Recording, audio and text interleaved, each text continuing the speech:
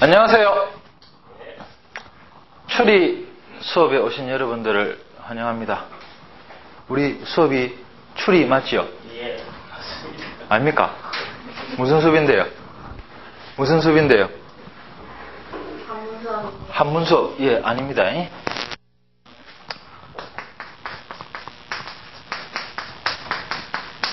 한문은 한자를 가지고 만들어진 문장을 보는 거고, 자왈, 하기, 시습, 지면, 사고 이런 걸 문장을 보는 거고, 저희들은 수업이 한문을 안 합니다. 문장을 하는 게 아니고 한자, 글자만 합니다. 그죠?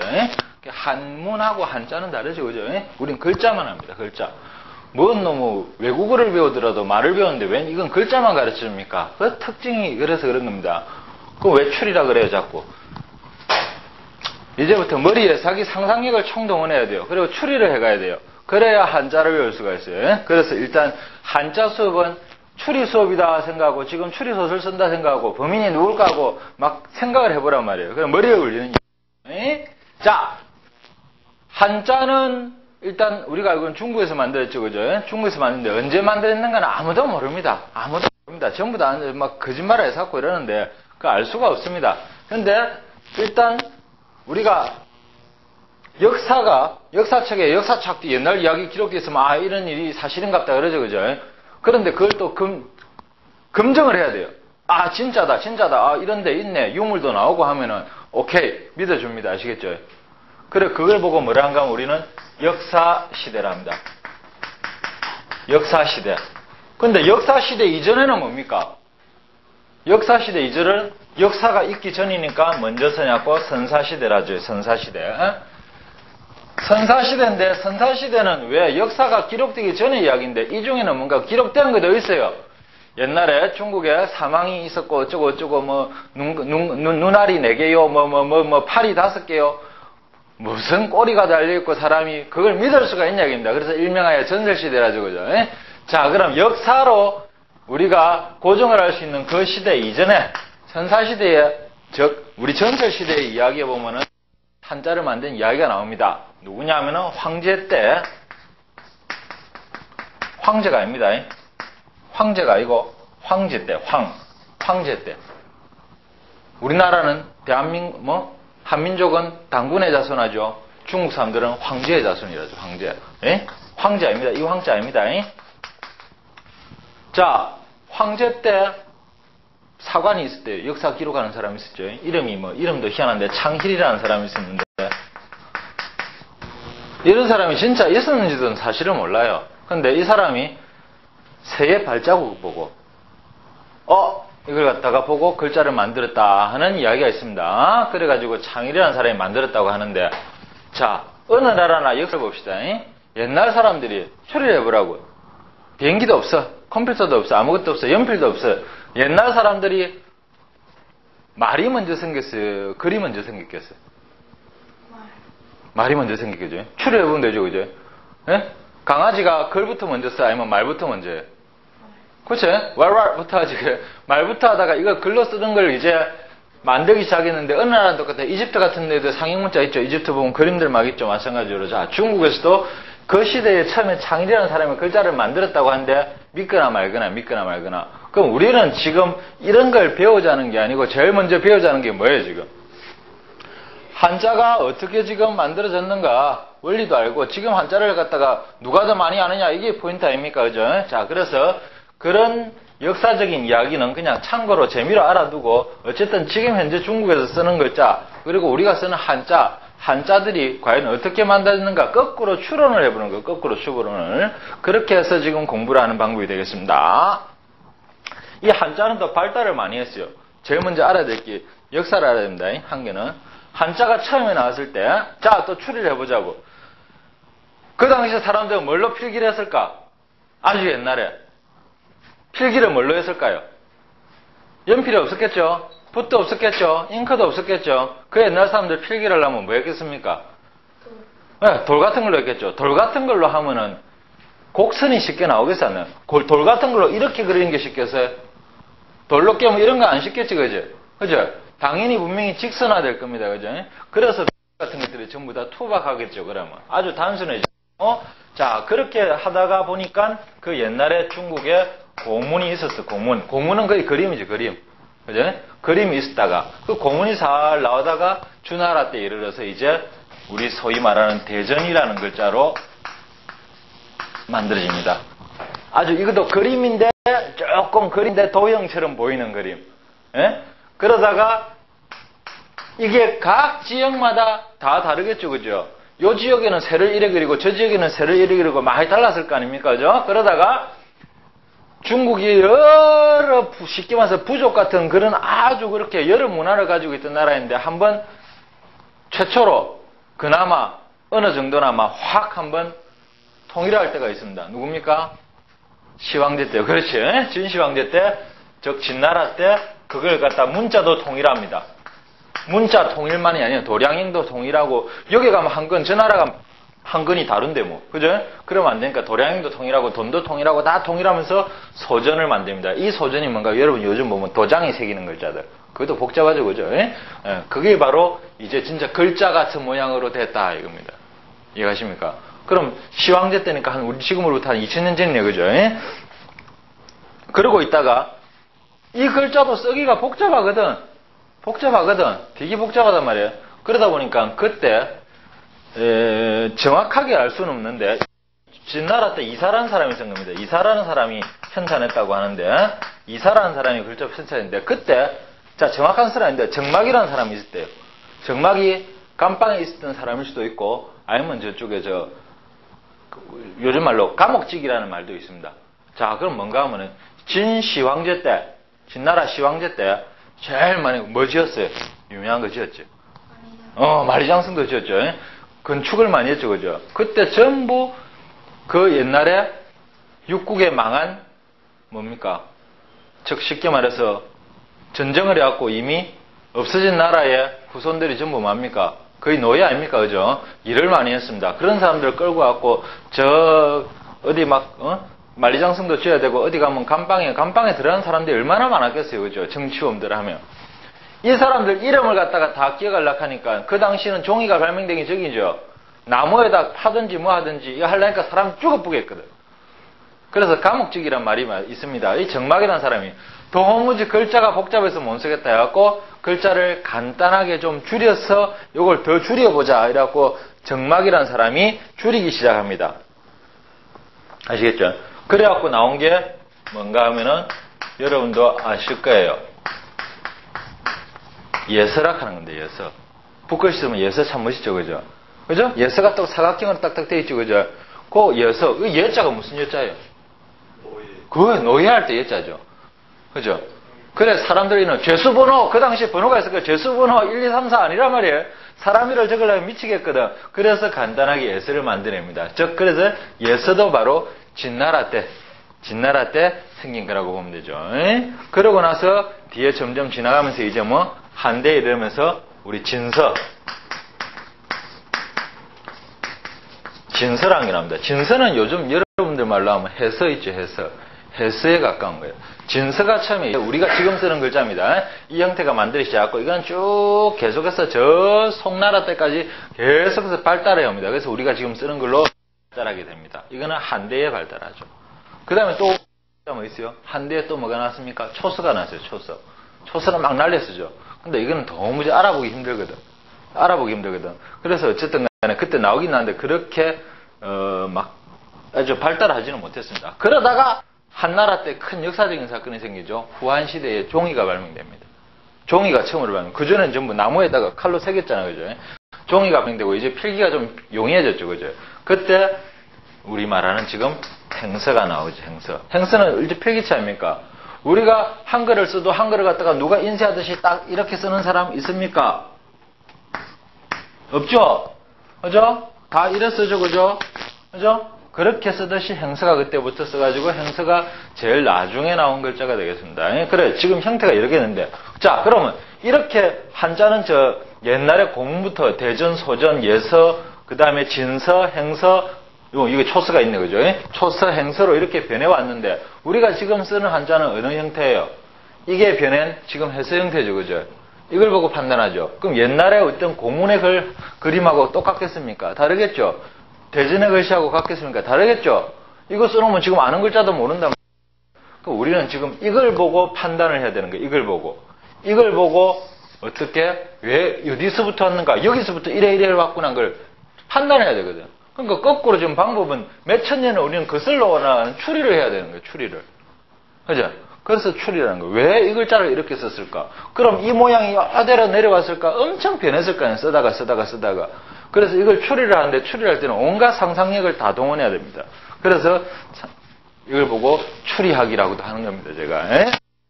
자, 그러면은 봅시다. 그러면은 이거는 뭐 어떻게 알았는데요? 그럼 고문하고 이런 대전 나왔다는 거. 원래 고문이 글자가 지금 현재로 나온 거 최고 오래된 글자는 어딘가 하면 옛날에 갑골문이죠. 갑골문. 갑골문은 뭔가 하면 옛날 사람들이 갑골, 거북이 등이 있죠. 등에다가 옛날에는 옛날 사람들 물론 뭐 샤머니즘이 발달했기 때문에 점을 쳤대. 점을 어떻게? 거북이 등을 톡톡 깨면은 거북이 등이 쫙 갈라지죠. 혹은 거북이 등을 불에 올려 구워. 예? 내가 이번에 큰 놈 수 있겠습니까? 하고 구워보면 짜자작 갈라지죠. 그 갈라지는 모양을 보고 아하 점을 친 거예요. 점을 치고 나면 뭐 요번에 로또 사면 틀림없이 걸린다 하고 답이 나왔단 말이에요. 그럼 옆에다 기록을 해야 될 거 아니에요. 그 기록을 파놓은 게 지금 갑골문인 거예요. 예? 그럼 이건 언제죠? 몇천 년 전이죠? 4,000년 전이죠. 그죠? 예? 거의 4,000년 전인데 3,500년 이상 된 건데 저기에 남아있을 리가 있냐고. 그런데 이 갑골문이 엄청 묻혀있는데 그때가 황토가 되나 황토 속에 묻혀갖고 이게 보존이 잘 돼갖고 어느 날 툭 나온 게 아니고 중국의 한의사들, 한국의 한의사들 마찬가지인데 구판, 별갑, 약으로 쓰는 것 중에 한약 중에 구판, 별갑이 있어요. 구판, 거북이 등 껍데기, 별갑은 자라 껍데기. 그걸 약으로 많이 써요. 그 어떤 한의원에서 한때는 이걸 딱 약을 쓰고 있는데 이 한의사가 이 사람이 똑똑했지. 굉장히 똑똑했죠. 이 사람이 어느 순간에 딱 보고 있다가 갑자기 약재를 넣으려고 딱 넣는데 이상하단 말이야. 뭔가 글자 같은 게 보이거든. 근데 아무래도 저절로 생각하고 누가 일부러 그런 것 같단 말이야. 예? 참 희한하단 말이야. 어떻게 이런 일이 생겼을까? 희한하네. 도무지 봐도 모르겠어요. 그러다가 이게 세상하다. 1899년 일입니다. 예? 이 사람이 이거 아무래도 옛날에 무슨 글씨 같다. 그 순간부터 그 동네 그 구판 거북이 등껍질이죠. 예? 그 약을 갖다가 전부 다 구입합니다. 자기가 막 해가지고 다 찾아보니까 이게 아무래도 이건 옛날 문자란 말입니다. 그래서 발견된 게 갑골문이에요. 예? 물론 지금은 해석하기도 힘들죠. 그죠? 그리고 또 그것 때문에 가짜배기도 많이 나왔고. 자, 그래서 우리가 지금 하는 거는 여기서 거꾸로 올라가자. 추리. 예? 자, 추리를 하면서. 그러면 왜 이런 걸 배워야 돼요? 우리가 쓰니까 배우는 게 당연히 한자는. 한자를 지금 쓰는 나라가 전 세계에 몇 개 나라가 있습니까? 공식적으로. 그렇죠. 예? 중국, 한국, 일본이죠. 그죠? 예? 일본도 옛날에는 한자를 갖다가 좀 복잡했었다가 일본은 한자가 또 바뀝니다. 2차 대전이 끝나고 일본은 저 한자 개정을 한번 거쳐갖고 한자를 확 바꿔버리거든요. 그래서 2차 대전 전에 쓰던 한자하고 지금 일본 쓰는 한자가 또 달라요. 어쨌든 한자를 세 개를 쓰는데 지금 같은 동시대에 살고 있는 한국 한자 다르고 일본 한자 다르고 중국 한자 다른데. 그죠?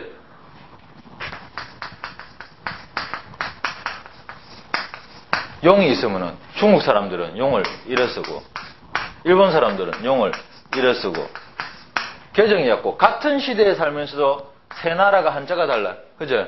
그런데 이게 몇천 년 전에 한자는 어땠을까? 우리가 쉽게 생각을 안 되겠죠. 그죠? 그래서 모든 상상력을 다 동원해야 됩니다. 자, 그러면 우리가 배우는 거는 한자. 그럼 글자를 언어를 배우려고 글자도 배워야 되네요. 어차피 상형문자는 그렇습니다. 이집트 우리 상형문자도 마찬가지지만은. 그래서 지금부터 한자를 갖다가 어떻게 공부를 하려고 하는데 한자를 갖다가 우리는 도대체 몇 글자나 알아야 됩니까? 한자는 도대체 몇 글자나 있는가 일단 알아봅시다. 몇 글자가 있겠습니까? 한자가? 5만자는 어디서 5만자면 5만대만 이래서 5만자입니까?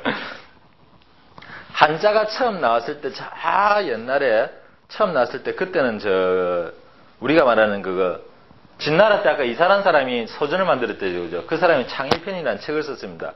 그 책에 보면은 몇 글자가 나오는가 하면 한자가 그렇게 많진 않아요. 지금은 3,300자 정도 나옵니다. 3,300자 정도. 그러다가 우리가 한자 이야기 나오면 빠질 수 없는 사람 있죠. 후한시대의 허신이라는 사람, 설문해자를 쓴 허신이라는 사람이 아주 큰 일을 많이 했는데, 이 허신이라는 사람이 후한시대에 만드는데 그때가 9350세자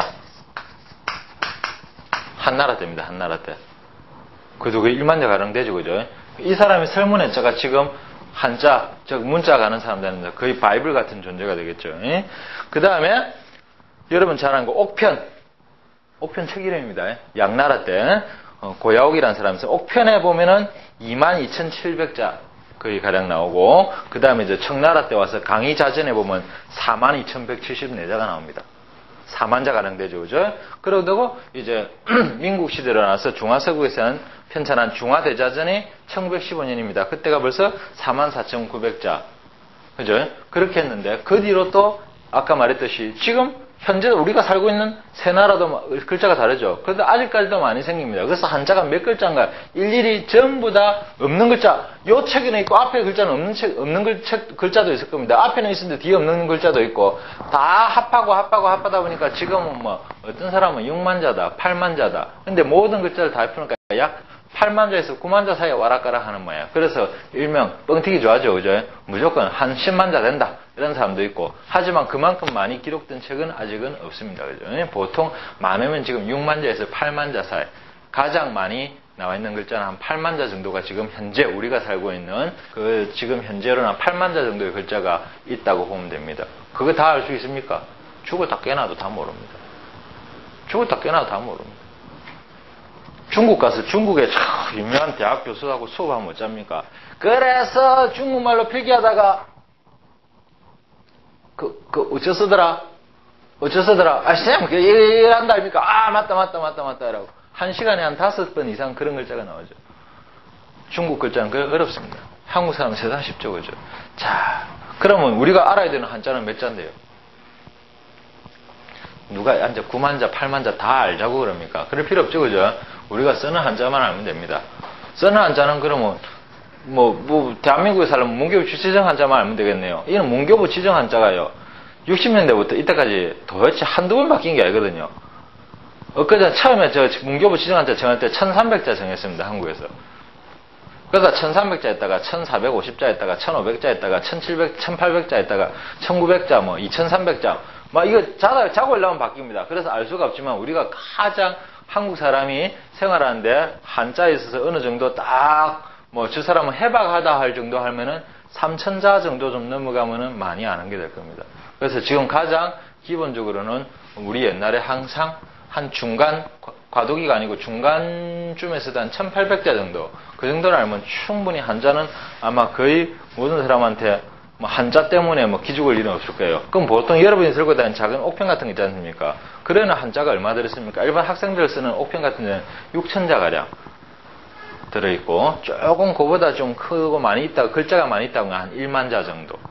그죠? 그 다음에 가장 많은 거는 대한민국에 나오는 거, 우리 장삼식 선생이 쓴 저 옥편, 저 한안대사전 같은 경우에는 6만자에서 한 8만자 사이일 겁니다. 안시알리 봤네. 그죠? 거기 보면 일단 한국에서는 가장 많이 나온 글자입니다. 그거 다 알 필요 없습니다. 모르면 찾아보면 되죠. 그죠? 모르면 찾아보면 되죠. 평생 처음 보는 글자도 있는데, 그죠? 그런 거 다 할 필요 없습니다. 자, 우리는 그러면 약 목표를 2000자 오락가락을 두고 지금부터 해보는 겁니다. 그런데 해보는데 사람들 공부를 하자면 한국 사람들 웃겨요. 자, 꾸준히 해야 될 공부를 하자면 전부 다 하면 처음에는 좋다 그래 하자 이래놓고 한 며칠만 지나면 그냥 히뜩 까쁩니다. 에이 못하겠다 이랍니다. 재미없다 이랍니다. 그래서 한국 사람들은 뭔가 목표를 주든가 아니면 뭔가 성과를 줘야 됩니다. 그래서 제일 좋은 게 뭔가 하면 그러면 요새 한자 능력 시험이 있대. 그러니까 그 능력 시험에 맞춰갖고 8급부터 하나 올라가잖아. 그러면 좀 낫습니다. 그래서 별 수 없이 저도 한자는 급수 시험 한자부터 처음부터 아주 기초부터 시작해갖고 촉촉촉촉 올라가도록 하겠습니다. 방법은 당연히 어디 가나 책에 찾아보다 뻔히 있는 거, 저하고 같이 이 글자가 어디서 왔는가 원료를 자꾸 파악해보자 이겁니다. 이해하죠? 사람인자가 왜 사람인자인데 이게 어디서 왔는데? 이게 소전인 소전. 진나라 때. 그럼 그 옛날에 갑골문자로 올라가면 어찌 되겠습니까 이거는? 이래 돼 있죠. 사람이 기댕기는 모양이잖아. 그죠? 이게 이렇게 변해온 거란 말이야. 그럼 왜 하필이면 사람이 기어댕기는 거예요? 한자가 발명된 게 적어도 4, 5천 년 전이라고 보죠. 그죠? 그죠? 그 당시에 그림에 사람이 서댕기는 사람이 많았겠습니까? 아니면은 쉽게 말해서 아직 구석기 시대 전이죠. 구석기 시대 전에 분명히 사람들이 이래 댕겼을 거예요. 추리를 해보는 게 추리를. 지금에 맞춰가지고 그 시대를 추리를 해보는 거 아시겠죠? 이렇게 나왔고 하나하나 해보자 이겁니다. 그래서 다른 사람들에서는 알 수 없는 거. 이 글자가 왜 이래 됐게, 왜 사람이게 하는 거를 추리해보는 게 제하고의 1번. 그 다음에 두 번째 문제가 한자는 지금 전 세계에서 세 나라가 공용으로 쓴댔죠. 한국, 중국, 일본. 한자가 다르단 말이에요. 그 세 한자를 다 알아보자 이거죠. 한국에서는 이거는 사람인. 중국 가면 똑같이 씁니다. 중국 발음은 ren. 일본 가다 가면은 일본 가면 진. 혹은 뜻으로는 히토. 이런 식으로 일본어까지.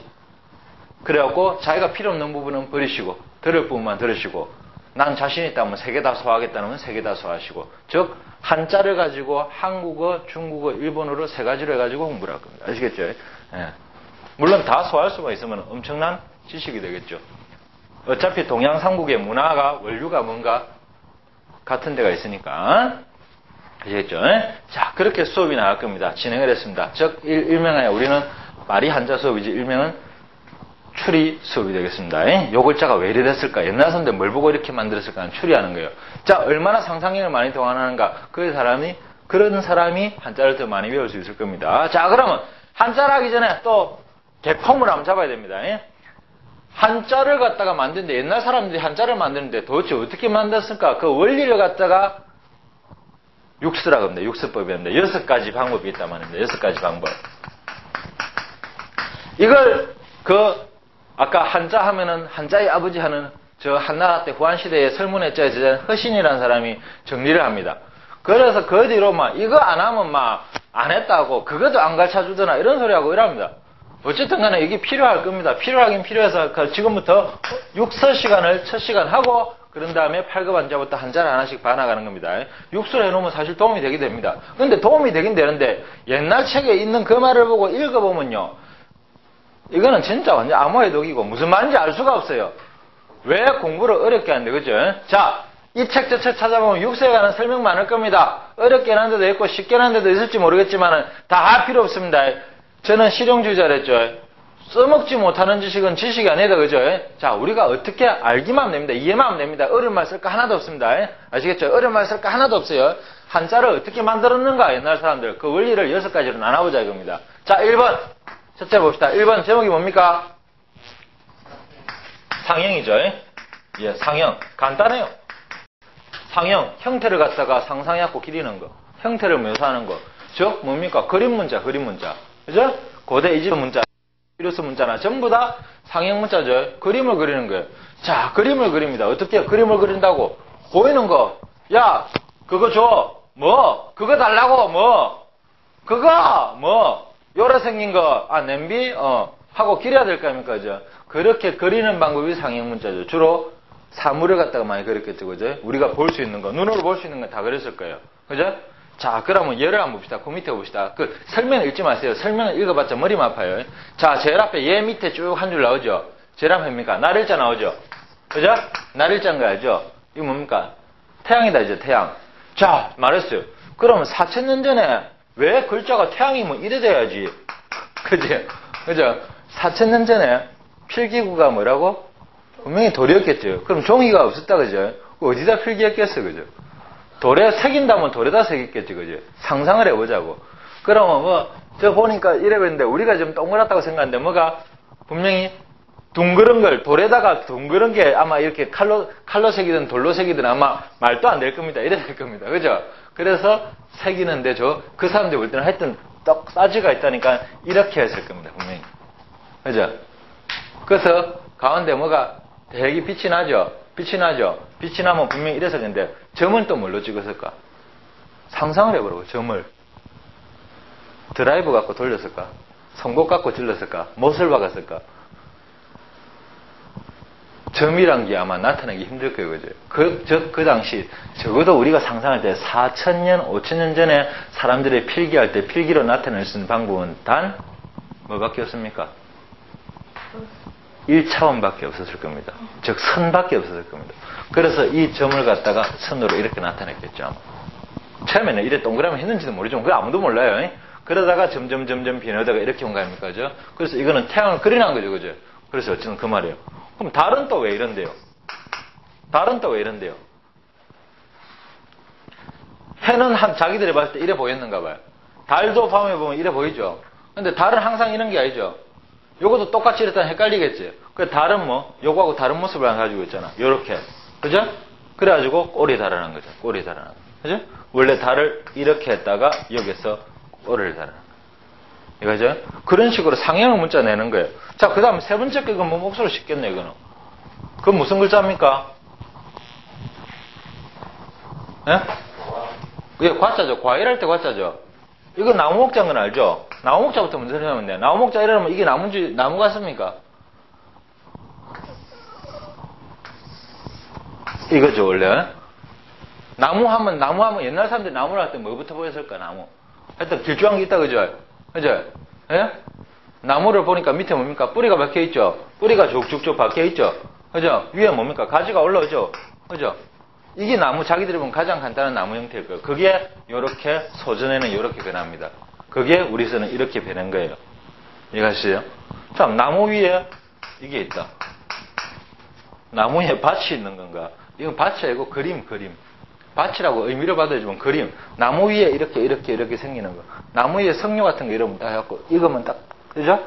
열매가 생기죠? 그 열매 생긴 걸 그리는 거 아닙니까? 나무 위에, 즉, 다시 말해서, 나무가 이래 있는데, 나무 위에 이렇게 달려있는 겁니다. 포도 같은 게. 그죠? 그래서 과일이라고 하는 겁니다. 포도가 나무에서 날 리는 없지만은. 자, 그 다음에 또 봐요. 어미 모자. 이것도 알죠, 그죠? 그죠? 이것도 그림 거래요. 이거 무슨 그림입니까? 이거 무슨 그림입니까? 그래서 상상을 해야 됩니다. 옛날에 허신의 설문회자에 나와 있는 설명을 전부 다 바이블처럼 무조건 믿고 따르는데 제가 볼 때는 억지도 많습니다. 허신도 그 당시에 심으면 허신이 처음에 각골문자가 생겼을 때를 볼 때는 자기도 엄청난 옛날이죠. 그죠? 요즘같이 정보력 있는 시즌도 아닐 겁니다. 자기도 추리를 한 겁니다. 하지만 그 추리에 약간 허점이 보이기도 하니까 자기 마음대로 자기 나름대로 상상하는 게 더 좋습니다. 그 옛날 사람들 말 따를 필요 없습니다. 요즘 사람들이 생각하는 거하고 그 옛날 사람들의 사고방식이 다른데 그 사람 생각을 그대로 따라서 내가 그걸 외우려고 할 필요 없어요. 어떻게 이게 뭡니까? 계집여자가 이렇게 생겼죠. 조금 희한하게 그랬습니다만 계집여자. 그죠? 계집여자의 점 두 개. 이거 뭘까요?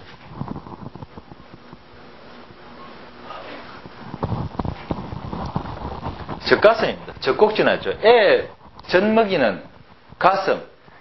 엄마라고 하는 거는 애를 키워야 되죠. 그죠? 애 젖먹이는 게 상당히 중요한 일이었죠. 그래서 그런 그림을 그려놓은 거예요. 그 다음에 뭐 다른 건 다 알 거고,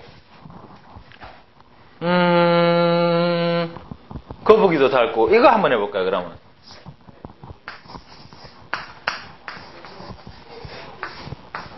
자, 새가 날아가는 걸 옛날에 이렇게 그렸다 칩시다. 예? 새가 날아간다, 이거 새다. 그래갖고 세조자를 어떻게 그렸어요? 세조자를.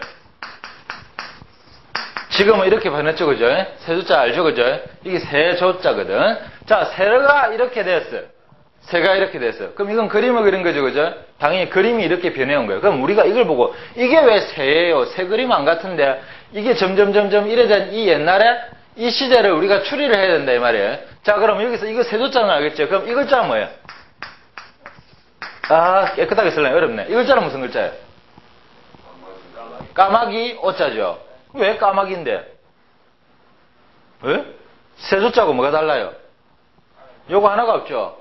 까마귀라는 새를 옛날 사람들이 봤을 때 까마귀라는 새, 우리가 까마귀 하면 우리 벌써 사람들 때문에 기본적인 개념이 이미 생겨버렸어요.